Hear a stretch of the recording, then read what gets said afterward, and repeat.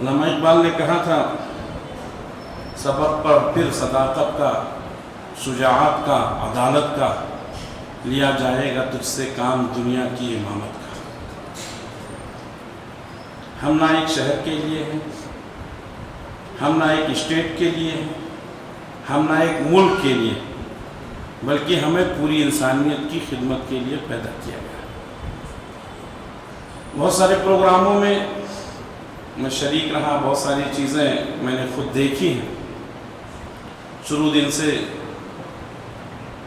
جب جس وقت جو ضرورت محسوس کی گئی اس کو پورا کرنے کی کوشش کی گئی۔ سب سے پہلے جب لاک ڈاؤن ہوا تو راشن تقسیم کیا گیا، پھر دوسرے لوگوں کو کھانا پکانے کا مسئلہ تھا تو کھانا بنا کے تقسیم کیا گیا۔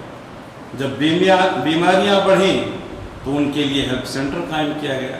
جب مزید ضرورت پڑی تو سلنڈر کا انتظام کیا گیا۔ میت کی تعداد بڑھی گئی تو ان کے لیے تدفین کا انتظام کیا۔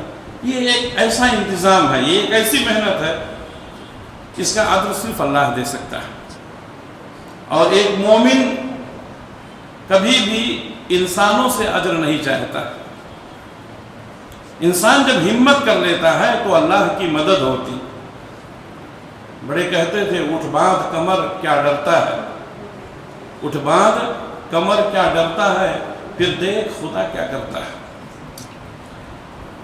واقعی جب ہمت ہو جاتی ہے، جب انسان عزائم لے کر کے اٹھ کھڑا ہوتا ہے، تب اللہ کی مدد آتی ہے۔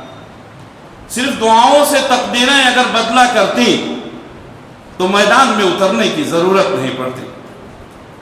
یہ دو اہم پہلو ہے جس پر ہم کو غور کرنے کی ضرورت ہے۔ غزوہ بدر کے اندر اللہ کے نبی صلی اللہ علیہ وسلم نے 313 نوجوانوں کو میدان میں کھڑا کیا، جوش اور ولولہ بھرا اور کہا کہ آج مقابلہ کرنا ہے۔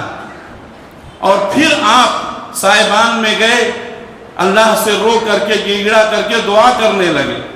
اگر صرف دعاؤں سے تقدیر بدلتی تو 313 نوجوانوں کو میدان میں کھڑا کرنے کی ضرورت نہیں تھی۔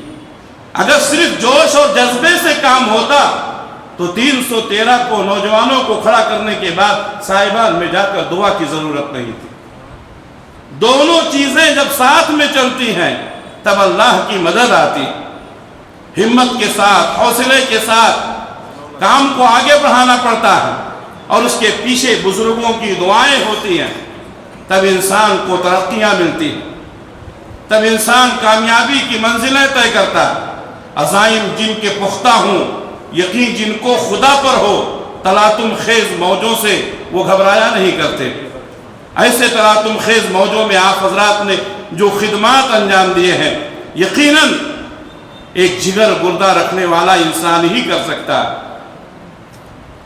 جب ڈاکٹر چھونے کے لیے ڈر رہے ہیں، جب باپ اپنے بیٹے کی میت نہیں دیکھنا چاہتا، بیٹا اپنے باپ کی میت نہیں دیکھنا چاہتا، ایسے وقت میں انسانیت کا درس دینے والے آپ حضرات نے جو کام کیا اور اسلام کی جو سچی تعلیمات کو لوگوں کے سامنے پیش کیا ہے، یقیناً اس پر جتنی بھی مبارکبادیاں دی جائیں کم ہے۔ لیکن ہمیں اس بات کا احساس ہے، ہم صرف آپ کو حوصلہ دے سکتے ہیں، ہم آپ کے اندر ایک اسپرٹ بھر سکتے ہیں، ہم آپ کے اندر ایک جوش اور جذبہ بھر سکتے ہیں، ہم آپ کا بدلہ نہیں دے سکتے ہیں، اور کوئی بھی اس میں سے آپ کو بدلہ نہیں دے سکتا۔